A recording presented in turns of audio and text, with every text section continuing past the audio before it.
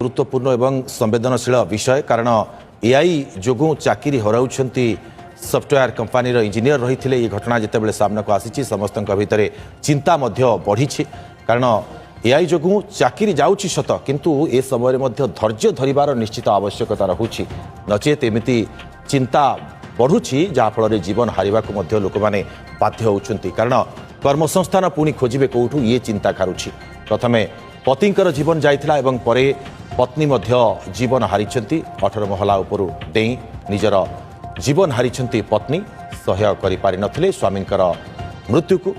वार्षिक 80 लाख दरमारे विदेशी कंपनी चाकरी करते स्वामी किंतु परवर्ती समय चाकरी हरैथिले स्वामी जनक एवं तांको परिवार स्थिति सहयोग मिल नथिला जहाँफल अवसाद रे रहुथिले। स्वामी बारंबार चेष्टा करथिले किंतु चाकरी मिल नथिला एवं परवर्ती समय निजे जीवन हारिबाकू जाइथिले।